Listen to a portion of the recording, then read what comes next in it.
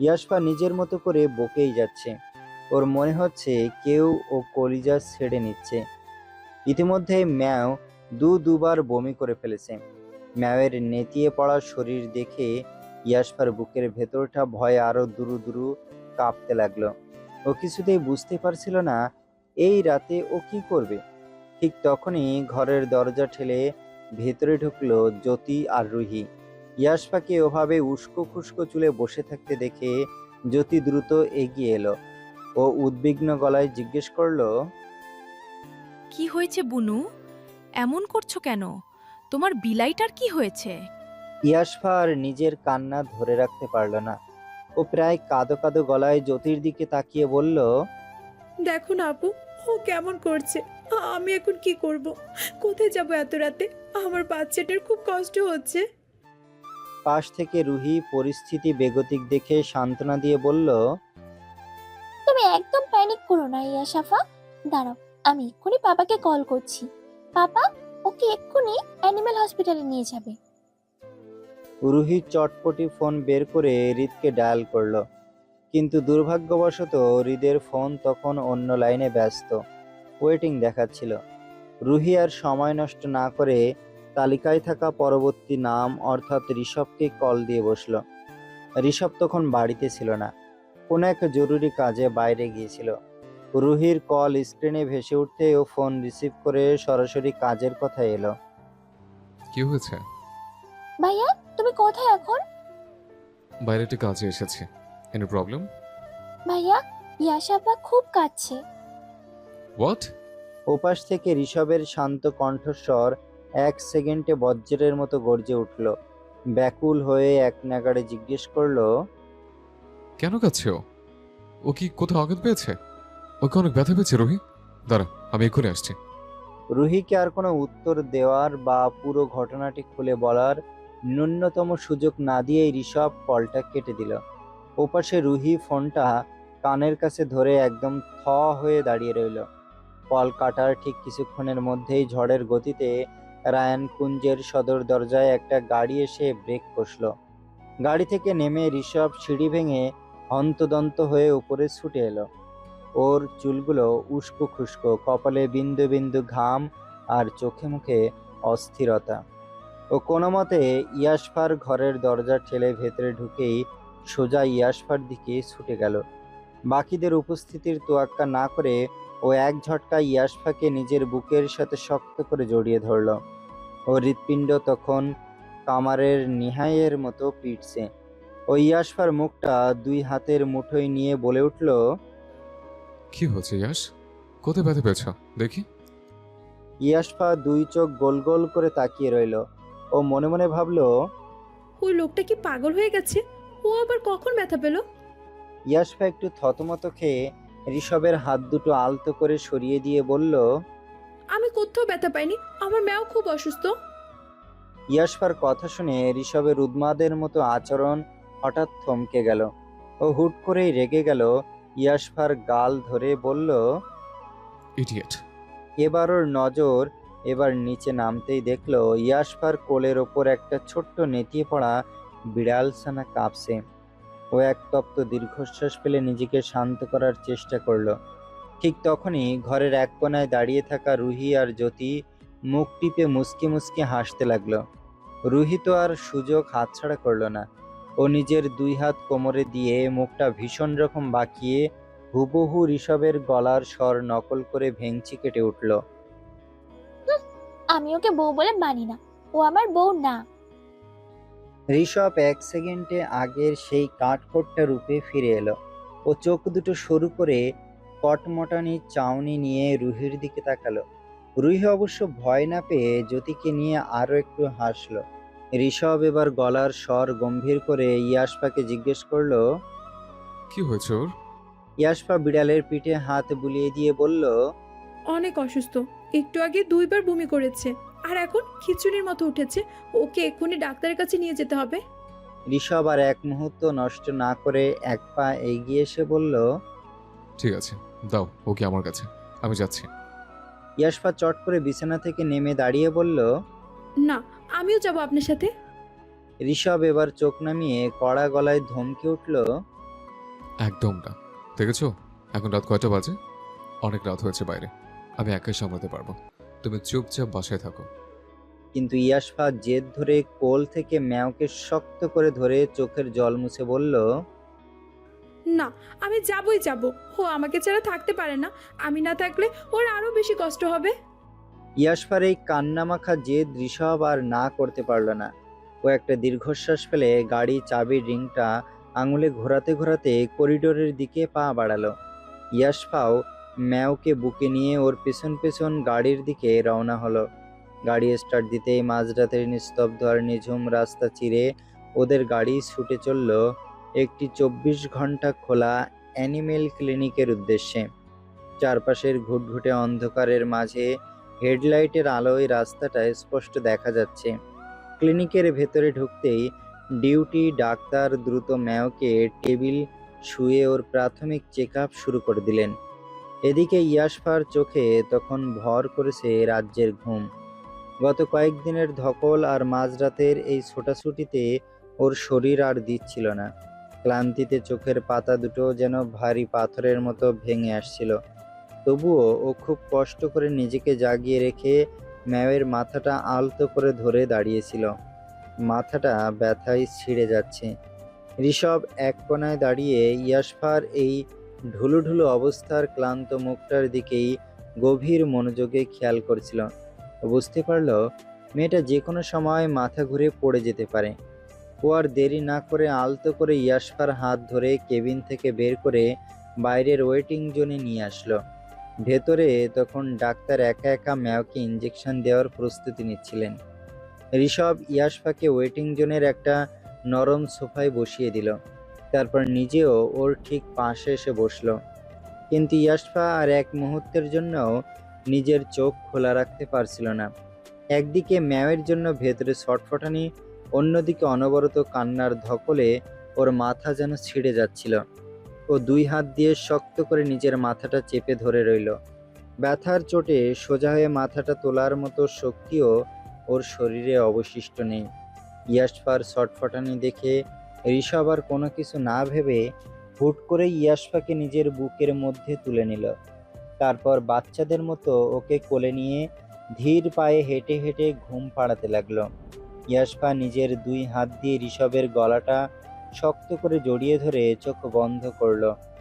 ঋষভ ইয়াশফাকে বুকে লেপ্টে ধরে ধীর পায়ে একবার করিডোরের সামনে হেঁটে আসছে, আবার দোল খাওয়াতে খাওয়াতে পেছনের দিকে হেঁটে যাচ্ছে। হসপিটালের ওই নিঝুম করিডোরে দীর্ঘক্ষণ ধরে ও এভাবেই ইয়াশফাকে বুকে আগলে হেঁটে হেঁটে ঘুম পাড়াতে লাগলো। ঋষভের নিজেরই বারবার মনে হতে লাগলো ও মনে হয় কোনো বাচ্চাকে ঘুম পাড়াচ্ছে। আর ঠিক কিছুক্ষণের মধ্যেই ইয়াশফা গভীর ঘুমে তলিয়ে পড়ল। ঋষভ ওকে নিয়ে আলতো করে সোফার উপর বসলো। ও ইয়াশফাকে নিজের কোলের মধ্যে গুছিয়ে তুলে নিল। ইয়াশফা শরীরী গঠনে অনেকটা ছোটখাটো আর পুচকে হওয়ায় ঋষভের মস্ত বড় কোলের ভেতর ওকে দেখতে ঠিক যেন একটা ঘুমন্ত ছোট্ট বাচ্চার মতোই লাগছিল। ইয়াশফা একদম নিশ্চিন্তে, কোনো রকম দ্বিধা ছাড়া ঋষভের চওড়া বুকে মুখ গুজে আরো গভীর ঘুমে তলিয়ে গেল। ঋষভ বাঁ হাত দিয়ে ইয়াশফাকে শক্ত করে আগলে রাখলো যেন কোনোভাবে পড়ে না যায়, আর ডান হাত দিয়ে নিজের ফোন বের করে স্ক্রল করতে লাগলো। কিন্তু ওর মন আসলে ফোনের স্ক্রিনে ছিল না, ছিল ওর বুকে লেপ্টে থাকা মেয়েটার উপর। এর মধ্যেই প্রায় মিনিট 20 পর কেবিনের দরজা খুলে ডাক্তার বের হয়ে আসলেন। ও ঋষভ আর ইয়াশফাকে ওভাবে ওয়ান পিস হয়ে সোফায় বসে থাকতে দেখে একটু মুচকি হাসলেন। তারপর নিচু স্বরে বললেন, ভয় পাওয়ার একদম কিছু নেই। নতুন জায়গায় আসার কারণে বিড়ালটার ফুড পয়জনিং আর ডিহাইড্রেশন হয়েছিল। শরীর থেকে পানি কমে যাওয়ার কারণেই এমন খিঁচুনি দিচ্ছিল। আমি স্যালাইন আর ইনজেকশন দিয়ে দিয়েছি, এখনও শান্ত। তবে সেফটির জন্য আজকের রাতেও এখানেই অবজারভেশন থাকুক। স্যালাইনটা শেষ হতে সময় লাগবে, আপনার কাল সকালে এসে ওকে নিয়ে যাবেন। ঋষভ মাথা নাড়িয়ে ডাক্তারের কথায় সায় দিল। ও ঘুমন্ত ইয়াশফাকে এক হাতে পা জকলা করে নিজের কোলে তুলে নিল, অন্য হাতে ইয়াশফার জুতো নিল। ইয়াশফার গভীর ঘুমে কোনো ব্যাঘাত ঘটল না। ও ঋষভের শার্টের কলারটা ছোট ছোট আঙুল দিয়ে খামচে ধরে ওভাবেই রইল। ঋষভ ওকে ওভাবেই কোলে নিয়ে হেঁটে গিয়ে হসপিটাল থেকে বের হলো এবং গাড়ির সামনের সিটের দরজা খুলে ইয়াশফাকে নিয়ে একসাথে বসলো। ও এক মুহূর্তের জন্য ইয়াশফাকে নিজের বুক থেকে আলাদা করলো না। ঠিক তখনই যেন প্রকৃতির রূপ এক মুহূর্তে বদলে গেল। মেঘের ঘন ঘটা আর আকাশ জুড়ে বিজলির চমকানি শুরু হলো। কোনো কিছু বুঝে ওঠার আগে আচমকা চারপাশ কাঁপিয়ে শুরু হলো প্রচণ্ড ধূলিঝড় আর মুষলধারে বৃষ্টি। গাড়ির কাছে আছড়ে পড়তে লাগলো বড় বড় পানির ফোঁটা। বাইরে যেন এক প্রলয় শুরু হয়ে গেছে। কিন্তু সেই ঝড়ের রাতেও গাড়ির ভেতরের পরিবেশটা ছিল একদম শান্ত। গাড়ির ভেতর এসি চলছে একদম কনকনে ঠান্ডায়, কিন্তু ঋষভের বুকের ভেতরটা তখন অন্যরকম অনুভূতিতে ভরা। ও নিজের এক হাত দিয়ে স্টিয়ারিং ধরে আছে আর অন্য হাত দিয়ে নিজের কোলের ওপর ইয়াশফাকে একদম শক্ত করে চেপে ধরে রেখেছে। বুকের মাঝে গুটিসুটি মেরে শুয়ে থাকা মেয়েটা আচমকা ঘুমের ঘরে একটু নড়ে চড়ে উঠল। ওর এই ছোট্ট বিড়ালের বাচ্চার মতো ওলট পালট হওয়া দেখে ঋষভ ড্রাইভ করতে করতে একবার নিচের দিকে তাকালো। ইয়াশফার নিষ্পাপ মুখটা দেখে ঋষভের ঠোঁটের কোণে এক অদ্ভুত সুন্দর হাসির রেখা ফুটে উঠল। ও আগে ইয়াশফার কপালে এসে পড়া কয়েকটা অবাধ্য চুল অত্যন্ত আলতো করে সরিয়ে দিল। তারপর নিচু স্বরে ফিসফিসিয়ে বলল, অন্য মানুষের বউরও তো বড় হয়, তাহলে আমার তেমন বাচ্চা কেন? শেষমেশ ঋষভ রায়ন চৌধুরী বউ স্কুলে পড়ে? না, মানি না আমি এই বউকে। ও একটা দীর্ঘশ্বাস ফেলে আবার রাতের ফাঁকা রাস্তায় গাড়ি চালানোয় পুরো মনোযোগ দিল। রাতের নিস্তব্ধতা ভেঙে গাড়িটা একসময় এসে থামলো মস্ত বড় রায়ানকুঞ্জের সদর দরজায়। ঘড়ির কাঁটায় তখন রাত প্রায় 2টার কাছাকাছি। পুরো বাড়ি নিঝুম নিস্তব্ধ। ঋষভ গাড়ি থেকে নেমে অত্যন্ত সাবধানে, যেন এতটুকু ঝাঁকুনি না লাগে, ইয়াশফাকে আলতো করে পাজাকলা করে তুলে নিল। অত রাতে গেটের দারোয়ান ছাড়া আর কেউ জেগে নেই। ও সোজা সিঁড়ি বেয়ে উপরে উঠে নিজের ঘরে গিয়ে ইয়াশফাকে বেডিংয়ে শুয়ে দিল। গায়ের ওপর পাতলা কম্বলটা টেনে দিয়ে ওর কপালে আলতো করে নিজের হাত রাখলো। গায়ে জ্বর নেই, সব ঠিকঠাক দেখে ও চলে গেল। ক্লান্ত শরীরে এক কাপ কফি খাওয়ার তীব্র তৃষ্ণা নিয়ে ঋষভ যখন ধীর পায়ে নিচে নেমে এলো, তখন ড্রয়িং রুমের আবছা আলোয় একটা চেনা অবয়ব দেখেও একটু থমকে দাঁড়ালো। মস্ত বড় সোফাটায় হেলান দিয়ে একাই বসে আছেন হৃদ। ওর হাতে কফির মগ, চোখে অনেক ক্লান্তি। ঋষভকে সিঁড়ি দিয়ে নামতে দেখে হৃদ কফির মগে একটা চুমুক দিয়ে হালকা একটু হাসলো। ঋষের দিকে তাকিয়ে গম্ভীর কণ্ঠে বললেন, কি হয়েছে স্যার? কি সব ঠিকঠাক? ভালো। হৃদ কফির মগটা সামনের কাচের টেবিলে রাখলো। তারপর নিজের কপালে হাত দিয়ে একটু ক্লান্ত সুরে বলল, সন্ধ্যে থেকে মাথাটা কেমন যেন ভীষণ ব্যথা। আমার মাথাটা একটু টিপে দেবে রিস? বাপির মুখ থেকে এমন আবদার ভরা কথা ঋষভ সম্ভবত ওর পুরো জীবনে কখনো শোনেনি। হৃদ রায়ান চৌধুরী কখনোই কারো কাছে এভাবে নিজের দুর্বলতা বা আবদার প্রকাশ করেন না, তবে মিহির কাছে করে। বাপির এই আচমকা কথায় ঋষভের বুকের ভেতরটা কেমন যেন মোচড় দিয়ে উঠল। ও আর এক মুহূর্ত দ্বিধা না করে হৃদের একদম কাছাকাছি গিয়ে বসলো। তারপর নিজের লম্বা বলিষ্ঠ হাত দুটো বাড়িয়ে দিল হৃদের মাথায়। ঋষভের শক্ত আঙুলগুলো যখন হৃদের চুলে আর কপালে আলতো করে ছুঁয়ে গেল, ভিজে উঠল। ওনার মনে হলো বহু বছর পর, হয়তো 1 যুগ পর ওর ছেলেটা ওনার শরীর স্পর্শ করলো। ওর সেই ছোট্ট ঋষ যে একদিন ওর আঙুল ধরে ধরে হাঁটতে শিখেছিল, সে আজ কত বড় হয়ে গেছে। এখন আবার বিয়ে করে একটা ফুটফুটে বউ নিয়ে সংসারও করছে। ভাবা যায়? ও 2 হাত দিয়ে ঋষভের মুখটা আগলে ধরে নিজের কাছে টেনে নিলেন। তারপর ওর কপালে একটা গভীর চুমু খেলো। ঋষভ সাধারণত ভীষণ গম্ভীর আর রূঢ় স্বভাবের হলেও বাপির ভালোবাসার সামনে ও একদম চুপচাপ শান্ত এক ছোট ছেলের মতো বসে রইল। এই মাঝরাতে আলো আঁধারের মাঝে বাবার ছেলেকে পাশাপাশি বসে থাকতে দেখলে যে কেউ এক নজরে বিভ্রান্ত হয়ে যাবে। দুজনের চেহারার কাটিং, চোখের ছাউনি আর ঠোঁটের গঠন হুবহু একরকম। এমনকি বডি ফিটনেসও প্রায় একই রকম, চওড়া আর পেশিবহুল। শুধু ঋষভ হাইটে বাপির চেয়ে ইঞ্চি দুয়েক বেশি লম্বা। বাইরের কোনো মানুষ ওনাদের দেখলে কোনোদিনই বাবা ছেলে বলবে না, মনে হবে দুই ভাই পাশাপাশি বসে আছে। ঋষভ নিজের ভেতরের অস্বস্তিটা কাটিয়ে কিছু একটা বলতে যাবে, ঠিক তখনই উপরতলা থেকে একটা বুক ফাটা কান্নার আওয়াজ ভেসে এলো। নিঝুম রাতের নিস্তব্ধতা চিরে দিয়ে সেই কান্নার শব্দটা আর কারোর নয়, ইয়াশফার। ও যেন কোন এক ভয়ঙ্কর আতঙ্কে, দুঃস্বপ্নে বা ব্যথায় চিৎকার করে ডুকরে ডুকরে কাঁদছে। তীক্ষ্ণ কান্নার আওয়াজ কানে যাওয়া মাত্রই ড্রয়িং রুমে বসা হৃদ আর ঋষভ দুজনেরই বুকের ভেতরটা এক মুহূর্তের জন্য থমকে গেল, কলিজাটা উড়ে গেল ওদের। কান্নার আওয়াজ পাওয়া মাত্রই হৃদ আর ঋষভ ড্রয়িং রুম থেকে এক প্রকার ঝড়ো গতিতে সিঁড়ি বেয়ে উপরে ছুটে গেল। ঋষভ ধড়ফড় করে নিজের ঘরের দরজা ঠেলে ভেতরে ঢুকতেই দেখলো ইয়াশফা বিছানার ওপর গুটিসুটি মেরে বসে দুই হাঁটুতে মুখ গুজে হাউমাউ করে কাঁদছে। ওর পুরো শরীরটা কান্নার তোড়ে কাঁপছে। ঋষভ বিছানার কাছে যাওয়ার সাথে সাথেই ইয়াশফা চোখের পলকে ওর কোমর জড়িয়ে ধরলো। ওর শার্টের বুকটা চোখের পানিতে ভিজিয়ে দিয়ে ডুকরে উঠে বলল, আমার আমার ম্যাও কই? ও কি মারা গেছে? ওকে কি আর এনে দিবেন না? ওকে আমার কাছে এনে দিন। আমার ম্যাওকে আমার কাছে দিন। আরে না, ও মারা যাবে কেন? ও হসপিটালে আছে, ও ট্রিটমেন্ট হচ্ছে। ডক্টর ওকে ইঞ্জেকশন দিয়ে অবজারভেশনও রেখেছে, তাই একটা দোকানে থাকতে বলেছে। কিন্তু ইয়াশফা কোনো যুক্তি মানতে নারাজ। ও মাথা নেড়ে কাঁদতে কাঁদতে বলল, না, আমি কিচ্ছু জানি না। আমাকে এক্ষুনি ওকে এনে দিন। ও তো একা ভয় পাচ্ছে। ও আমার কাছেই ভালো থাকবে। আমার মেয়েকে এনে দিন। হৃদ ইয়াশফার এই পাগলামি দেখে ওর ভীষণ মায়া হলো। হৃদ ইয়াশফার একদম কাছে এসে খাটের পাশে দাঁড়িয়ে বলল, অ্যাটেম বম শোনো, বিড়াল বেটি এখন এখন ভীষণ অসুস্থ। ও আগে সুস্থ হোক, তারপর ওকে বাসায় আনা হবে। ডক্টরের আন্ডারে না থাকলে ও আরও অসুস্থ হয়ে পড়বে। তুমি বরং শান্ত হও, কাল সকালে গিয়ে ওকে দেখে এসো। হৃদের কথা শুনেও ইয়াশফার জেদ এক বিন্দু কমল না। ও চোখ মুছে নাক টেনে আবার ডুকরে উঠল। না, সকালে কেন? আমাকে এক্ষুনি এনে দিবেন।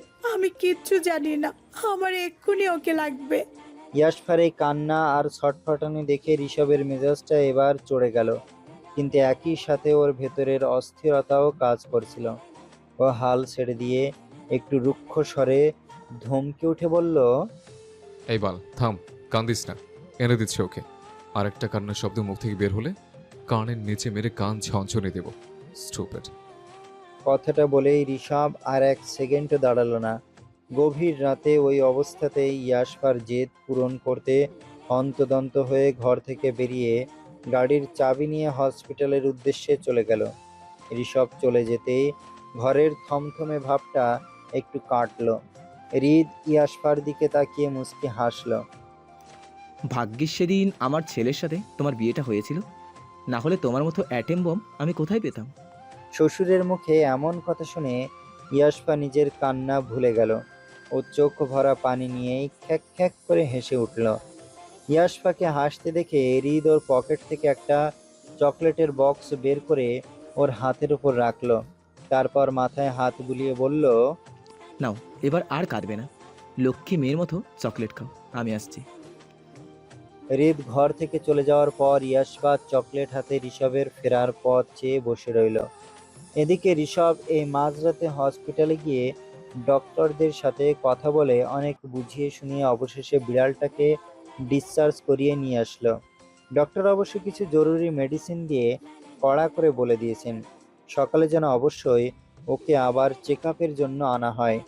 ঋষভ ঘরে ফিরে ম্যাওকে ইয়াশফার কোলে দিতেই মেয়েটার মুখে যেন চাঁদের আলো ফুটে উঠল। ও ম্যাওয়ের গায়ে হাত বুলিয়ে ওর কপালে একটা চুমু দিয়ে বুকে জড়িয়ে ধরে বিছানায় শুয়ে পড়ল। এতক্ষণের ধকল আর কান্নার ক্লান্তিতে ইয়াশফার চোখ দুটো ঘুমে লেগে আসছিল। বিড়ালটাকে ও নিজের বুকের সাথে শক্ত করে ধরে রাখল। ঋষভ ইয়াশফাকে শান্ত দেখে একটা স্বস্তির নিঃশ্বাস ফেলে নিজের ঘরে চলে গেল চেঞ্জ করে ঘুমানোর জন্য। সারা বাড়ির বাতি নেভানো, চারিদিক একদম নিঝুম। ইয়াশফার তখন তন্দ্রাচ্ছন্ন অবস্থা, পুরোপুরি ঘুমায়নি কিন্তু চোখ দুটো বন্ধ। এমন সময় ওর হুট করে মনে হলো ওর পেটের ওপর কে যেন আলতো করে মুখ ঘষছে। অনুভূতিটা একদম স্পষ্ট। ও ভাবলো হয়তো ম্যাও ওর পেটের উপর উঠে শুয়েছে। ও পাত্তা না দিয়ে চোখ বন্ধ করেই রইল, কিন্তু একটু পরেই ও টের পেল কেউ একজন ওর পেটে খুব আলতো করে পরম আবেশে চুমু খাচ্ছে। ইয়াশফা অনেকক্ষণ ধরে ভীষণ মনোযোগ দিয়ে খেয়াল করলো, হ্যাঁ, অনুভূতিটা মোটেও ভুল নয়। কেউ একজন সত্যি ওর পেটে এক নাগাড়ে চুমু খেয়ে যাচ্ছে। গভীর ঘুমের ঘোরে ম্যাও কি স্পিসিওনেস করতে পারে? ইয়াশফা যখন বিষয়টা নিয়ে মনে মনে ভাবছিল, ঠিক তার পরের মুহূর্তেই ও শিউরে উঠল। ও খুব স্পষ্টভাবে ফিল করলো পেটের চামড়ার ওপর কেউ একজন বেশ শক্ত করে কামড় বসিয়ে দিয়েছে। সেই কামড়ের হালকা ব্যথায় ইয়াশফার পুরো শরীর একসাথে ঝাঁকুনি দিয়ে উঠল। ও আর এক মুহূর্ত দেরি না করে ঝট করে চোখ মেলে তাকালো এবং উঠে বসলো। কিন্তু ঘরের আবছা অন্ধকারে চারিদিকে তাকিয়ে ওর সিঁড়ি দাঁড়া দিয়ে ঠান্ডা স্রোত বয়ে গেল। বিছানায় ওর পাশে ম্যাও শান্ত হয়ে ঘুমিয়ে আছে, আর পুরো ঘরে ও ছাড়া দ্বিতীয় কোনো মানুষ বা প্রাণীর অস্তিত্বই নেই। তাহলে এই মাঝরাতে ওর পেটে ওভাবে চুমু আর কামড়টা দিল কে? ইয়াশফা ঘরের আবছা অন্ধকারে চারদিকে আরো একবার ভালো করে চোখ বুলালো। না, কোথাও কেউ নেই। চারপাশটা একদম নিঝুম শুনশান। ও নিজের পেটের ওপর হাত বুলিয়ে একটা গভীর দীর্ঘশ্বাস ফেলল। ওর কেন জানি মনে হলো যাই ঘটে থাকুক না কেন এই বাড়িতে কোনো একটা অদ্ভুত রহস্য লুকিয়ে আছে। ও বিছানা থেকে নেমে টেবিলের ড্রয়ার থেকে ওর সেই অতি প্রিয় ডায়েরিটা বের করলো। এটা ওকে ওর বাপি দিয়েছে। ও কলম দিয়ে ডায়েরির পাতায় আজকের তারিখ দিয়ে খুব সংক্ষেপে কিছু একটা লিখে রাখলো। ডায়েরিটা বন্ধ করতেই ইয়াশফার মাথায় হুট করে একটা নতুন চিন্তা খেলে গেল। ও আর এক মুহূর্ত দেরি না করে নিজের ঘর থেকে বেরিয়ে সোজা ঋষভের রুমের দিকে পা বাড়ালো। করিডোরটা তখন একদম অন্ধকার। ঋষভের ঘরের সামনে গিয়ে দেখলো দরজাটা পুরোপুরি আটকানো নয়, হালকা ভেড়ানো রয়েছে। ও আলতো ধাক্কা দিয়ে ভেতরে ঢুকলো।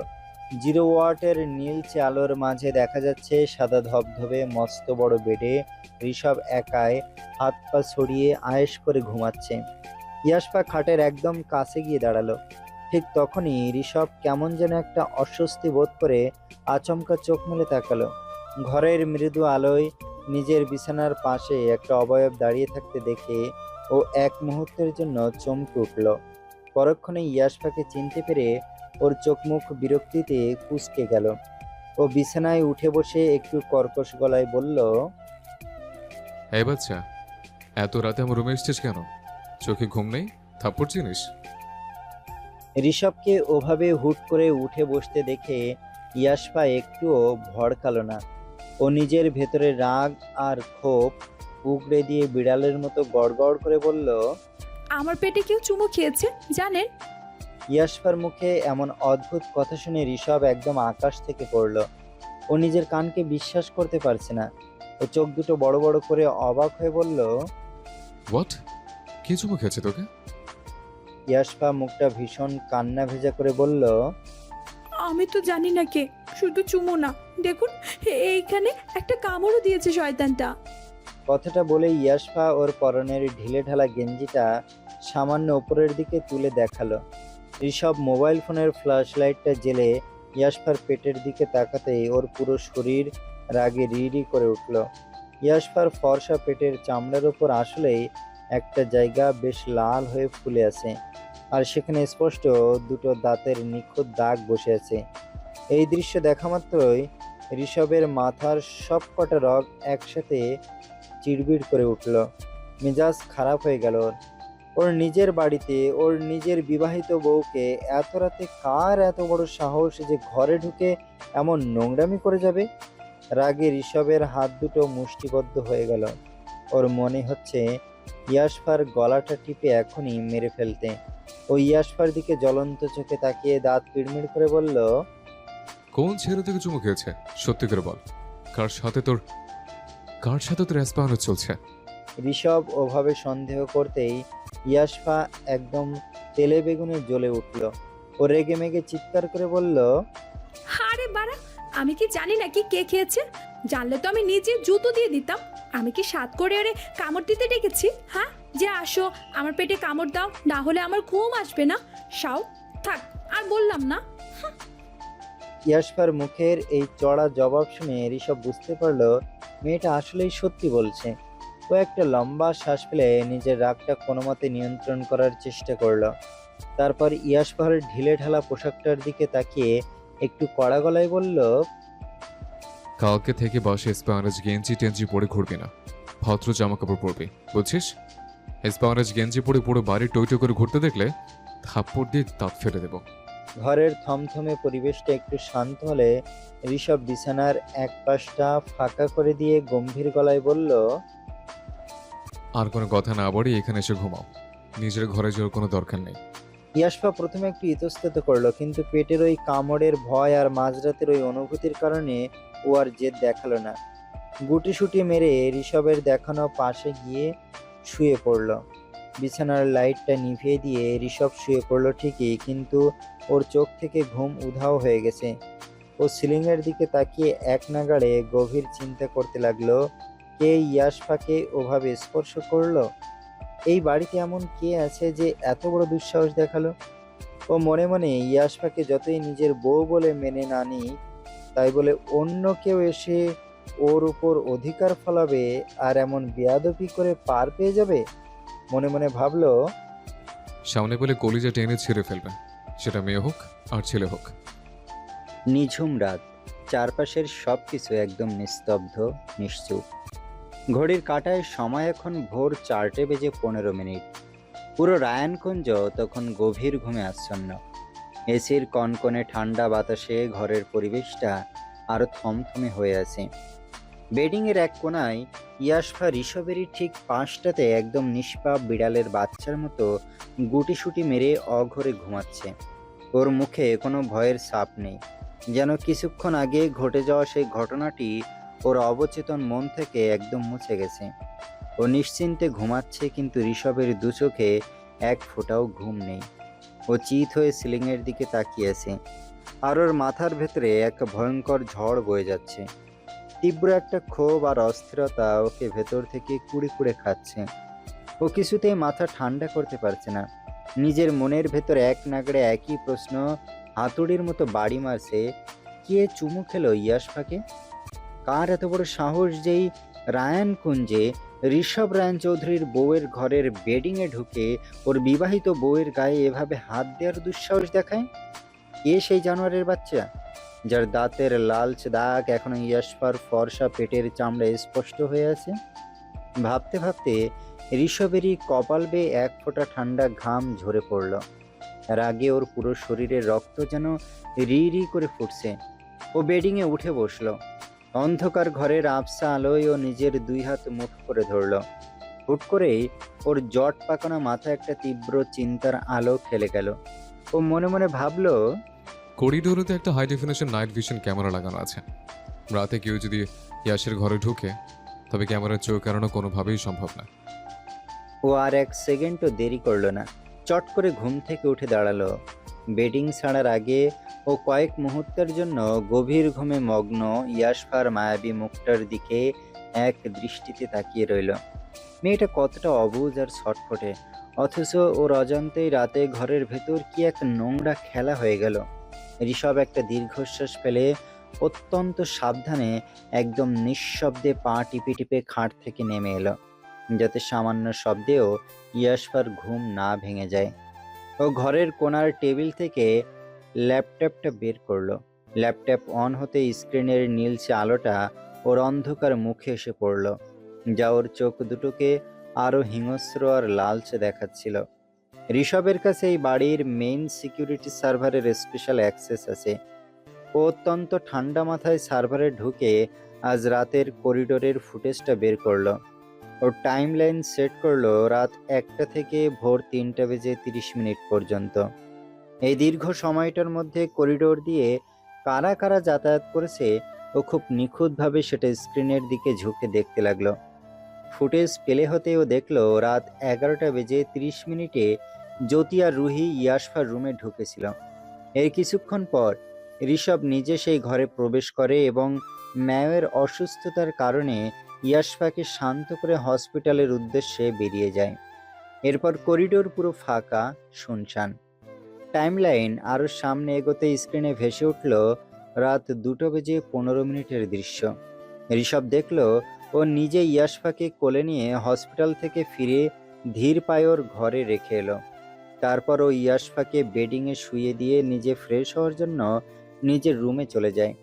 ঋষভ ল্যাপটপের টাইম কাউন্টারটার দিকে চোখ রাখল। 2:15 পর থেকে পরবর্তী প্রায় 1 ঘন্টা করিডোরে আর কোনো লিভিং অবজেক্ট বা মানুষের যাতায়াত দেখা গেল না। চারপাশ একদম ফাঁকা। ঋষভ এবার একটু বিরক্ত হয়ে এবং গভীর মনোযোগ দিয়ে রাত 3টা থেকে 3:30 ফুটেজটা জাস্ট ফরওয়ার্ড করে চেক করতে লাগলো। প্রথম কয়েক মিনিট সবকিছু একদম স্বাভাবিক আর শান্ত ছিল, কিন্তু ঠিক রাত 3:12 গিয়ে স্ক্রিনের দৃশ্যটা আচমকা বদলে গেল। ঋষভ দেখলো ঠিক ওই সেকেন্ডে করিডোরের মেইন হোয়াইট লাইটগুলো দপ করে এক পলকের জন্য বন্ধ হয়ে গেল। আর ঠিক তার পর মুহূর্তেই ইমার্জেন্সি ড্রিম লাইটে আলোগুলো জ্বলে উঠল, যা পুরো করিডোরটাকে একটা নীল রঙে ঢেকে দিল। আর ঠিক সেই হাড় হিম করা নীল আলোর মাঝেই একটা অদ্ভুত কাণ্ড ঘটল। করিডোরের একদম শেষ মাথার অন্ধকার কোণ থেকে একটা কুচকুচে কালো অবয়ব বা ছায়া ধীরে ধীরে বেরিয়ে এলো। ছায়াটা কোনো সাধারণ মানুষের মতো সোজা হয়ে হেঁটে আসছিল না। ওটা কেমন যেন অদ্ভুত কায়দায় দেয়াল ঘেঁষে লেপ্টে লেপ্টে 1 ইঞ্চি 1 ইঞ্চি করে ইয়াশফার বন্ধ দরজার দিকে এগিয়ে যেতে লাগলো। ওটার নড়াচড়ার ধরন কোনো সুস্থ মানুষের মতো ছিলই না। ছায়াটা দরজার সামনে গিয়ে দাঁড়ালো, তারপর লক করা দরজাটা নিঃশব্দে খুলে ওটার ভেতরে ঢুকে গেল। এই দৃশ্য দেখা মাত্রই ঋষভেরই হাতের তালু ঘামতে শুরু করলো। এর কিছুক্ষণের মধ্যে ইয়াশফা রুম থেকে দৌড়ে বের হয়ে গেল ঋষভের রুমে। তারপর আর ইয়াশফার রুম থেকে কেউ বের হলো না। ঋষভেরই শক্ত হাত দুটো হুট করে তীব্র আতঙ্কে আর রাগে কাঁপতে লাগলো। ওর বুকের ভেতরটা কামারের হাঁপড়ের মতো ওঠানামা করছে। ও নিজের পুরো জীবনে এমন অদ্ভুত আর গা শিউরে ওঠা দৃশ্য কখনো দেখেনি। ওর ল্যাপটপের মাউসটা চেপে ধরে ভিডিওটা পজ করলো এবং ওই কালো অবয়বটার ওপর সর্বোচ্চ জুম ইন করলো। ও দেখতে চাইলো এই ছায়াটা আসলে কার, ওটার মুখাবয়ব বা শরীরের গড়ন কেমন। কিন্তু যতবারই জুম করলো স্ক্রিনের পিক্সেল ফেটে ওটা একটা ধোঁয়াটে কালো কুয়াশার মতো দেখাতে লাগলো। ওটার অবয়ব দেখে বিন্দুমাত্র বোঝার উপায় নেই যে ওটা কোনো চেনা মানুষ নাকি অন্য কিছু। মানুষের মতোই লাগছে, কিন্তু বুঝতে পারছে ওইটা আসলে কি ছিল। তীব্র এক মানসিক চাপ, ব্যর্থতা আর রাগে ঋষভেরই মাথার সবকটা রগ যেন একসাথে চিড়বিড় করে ছিঁড়ে যেতে চাইল। ও আর নিজের ভেতরের এই ভয়ঙ্কর ক্ষোভ নিয়ন্ত্রণ করতে পারল না। ও নিজের ডান হাতটা শক্ত মুষ্টিবদ্ধ করে ঠাস করে চলন্ত ল্যাপটপের স্ক্রিনের ওপর সজোর একটা বাড়ি দিল। ল্যাপটপের স্ক্রিনটা সামান্য কেঁপে উঠল আর ঋষভ অন্ধকার ঘরের মাঝে এক বাঘের মতো হিংস্র চোখে জানালার দিকে তাকিয়ে রইল। একটু পর ও ল্যাপটপ বন্ধ করে ধীর পায়ে বেডিংয়ের দিকে এগিয়ে গেল। ওর মাথার ভেতরের ঝড়টা তখনও থামেনি, কিন্তু বেডিংয়ে ছটফট করতে থাকা ইয়াশফাকে দেখে ওর বুকের ভেতরের রগটা কিছুটা কমলো। ও বেডিংয়ে উঠে ইয়াশফার একদম কাছে গেল। তারপর কোনো কিছু না ভেবেই হুট করে নিজের মুখটা গুজে দিল ইয়াশফার গলার নরম ভাঁজে। সেখানে নিজের ঠোঁটের উষ্ণ ছোঁয়া দিতেই ইয়াশফা ঘুমের ঘোরেই একটু শিউরে উঠে ঋষভকে আরো শক্ত করে জড়িয়ে ধরল। ঋষভও সব চিন্তা একপাশে সরিয়ে রেখে ওকে বুকে চেপে ধরে একসময় গভীর ঘুমে তলিয়ে গেল।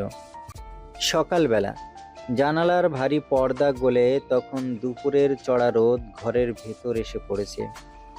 ঋষভ আচমকা চোখ মেলে তাকিয়েই ধড়ফড় করে বেডিংয়ে উঠে বসল। চারদিকে তাকিয়ে দেখলো ইয়াশফা রুমে নেই। ও অনেক আগেই উঠে নিচে চলে গেছে। ও চট করে টেবিলের ওপর থাকা ঘড়িটার দিকে তাকাতেই ওর চোখ একদম চড়ক গাছ। ঘড়িতে তখন বেলা 12টা বেজে পার হয়ে গেছে। শিট, এত দেরি হয়ে গেল ঘুম থেকে উঠতে। ঋষভ নিজের কপালে হাত দিল। আজ ওর একটা বড় মিটিং ছিল। ও হন্তদন্ত হয়ে নিজের ফোনটা হাতে নিয়ে লক স্ক্রিন অন করতেই দেখতে পেল স্ক্রিন জুড়ে জ্বলজ্বল করছে অফিসের সেক্রেটারি আর ক্লায়েন্টদের করা 50টিরও বেশি মিসড কল। ঋষভ আর 1 সেকেন্ডও সময় নষ্ট না করে ঝড়ের গতিতে অষ্টমে ঢুকে কোনো মতে ফ্রেশ হয়ে একটা সাধারণ টি শার্ট গলিয়ে সিঁড়ি বেয়ে নিচে নেমে এলো। কিন্তু নিচের ড্রয়িং রুমে পা রাখতেই ঋষভ একদম আকাশ থেকে পড়ল। ও নিজের চোখে বিশ্বাস করতে পারছিল না। রায়ান কুঞ্জের শান্ত থমথমে ড্রয়িং রুমটা আজ যেন একটা ফুটবল স্টেডিয়ামে পরিণত হয়েছে। ও অবাক হয়ে দেখল হৃদ গায়ে চড়িয়েছে টকটকে হলুদ রঙের ব্রাজিলের জার্সি। শুধু হৃদ একাই নয়, ওর মুখোমুখি চেয়ারে বসে থাকা ইয়াশফাও একটা পুচকে সাইজের ব্রাজিলের জার্সি পরে পা দোলাচ্ছে। এদিকে মিহি আর জ্যোতি দুজনই আবার গায়ে জড়িয়েছে আকাশি সাদা রঙের আর্জেন্টিনার জার্সি।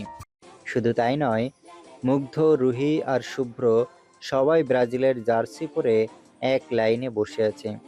আর অদ্রিত একা আর্জেন্টিনার জার্সি পরে মিহিদের দলে যোগ দিয়েছে। একমাত্র রাহা বাদে বাড়ির আর সবাই কোনো না কোনো দলের জার্সি পরে একদম সেই মেজাজে বসে আছে। ঋষভের হঠাৎ মনে পড়ল ও তো ভুলেই গিয়েছিল যে আজ থেকেই ফুটবল বিশ্বকাপ শুরু হচ্ছে। আর এই রায়ানকুঞ্জের ফুটবল যুদ্ধ মানেই তো এক মহাতাণ্ডব। ঋষভ নিজে আবার কট্টর আর্জেন্টিনার সমর্থক। ও আর চোখে চেয়ে দেখল হৃদ আজ সাত সকালে উঠে পুরো রায়ানকুঞ্জের ছাদে মস্ত বড় একটা ব্রাজিলের পতাকা টাঙিয়ে দিয়ে এসেছে। ঋষভকে সিঁড়ি দিয়ে নামতে দেখেই হৃদ নিজের ব্রাজিলের জার্সিটা একটু টেনে টেনে বুক ফুলিয়ে চেঁচিয়ে বলে উঠল, ওই যে আয়শা গেছে, আমাদের আর্জেন্টিনার আফা। এতক্ষণে ওনার ঘুম ভাঙলো। বাপির মুখে এমন খোঁচার ড্রয়িং রুমের এই হল্লা দেখে ঋষভেরই এমনিতেই অফিসের মিটিং মিস হওয়ার মেজাজটা আরও তীক্ষ্ণ হয়ে গেল। ও চোখ মুখ শক্ত করে রেগে গিয়ে বলল, পাপা, এসব ফালতু জিনিস কিন্তু আমি একদম পছন্দ করি না। হৃদ ওনার কফির মগে একটা চুমুক দিয়ে শান্ত সুরে বলল, কি পছন্দ করো তুমি শুনি? বাপ বেটার এই কথার মাঝখানে মুগ্ধ সোফা থেকে লাফিয়ে উঠে দাঁত বের করে ফোড়ন কেটে বলল, আরে কাকাই, তুমি বোঝো না কেন? আমাদের ভাইয়া তো আর আমাদের মতো জার্সি পরবে না। ভাইয়া মনে হয় 3 পিস পরতে পছন্দ করে। মুগ্ধর কথা শোনা মাত্রই পুরো ড্রয়িং রুমে হাসির রোল পড়ে গেল। শুভ্র, রুহি আর ইয়াশফাও হো হো করে হেসে উঠল। ইয়াশফা তো হেসেই খুন। ও মনে মনে বলল, ঠিকই কইছে মুগ্ধ ভাইয়া, ওই শয়তানকে 3 পিসে বেশি মানাইবো। কিন্তু এই হাসাহাসি দেখে আর্জেন্টিনা দলের লিডার মিহি আর ডেপুটি লিডার জ্যোতি একদম ক্ষেপে লাল হয়ে গেল।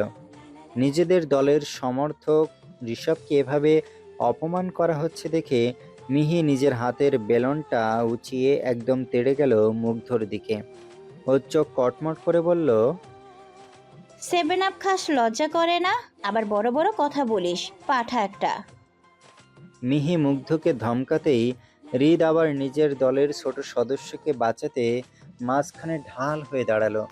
ও মিহির দিকে তাকিয়ে একদম সোজা সরল মুখে বলল, লে বাবা, এত গরমের মধ্যে মানুষ তো 7 আপ খাবে।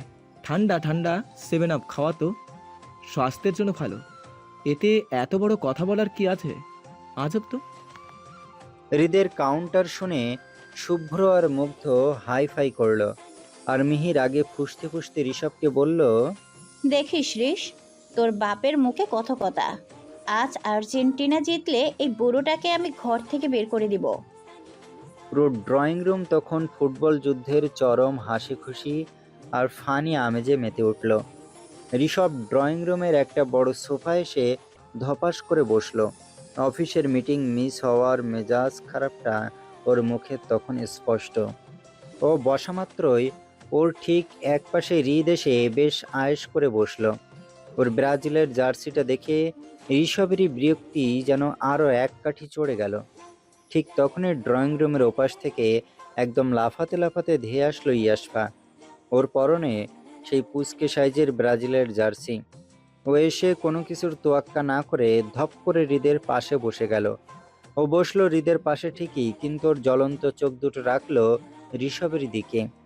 ও একগাল তেদড়ামি মাখা হাসি দিয়ে ঋষভকে স্পষ্ট শুনিয়ে শুনিয়ে হাততালি দিয়ে ছড়া কেটে বলে উঠল, আর্জেন্টিনার ছিড়াতানা চোরের নাম ম্যারাডোনা, ডিব্বার একবার ডাব্বা, জার্মানি তোগো আব্বা।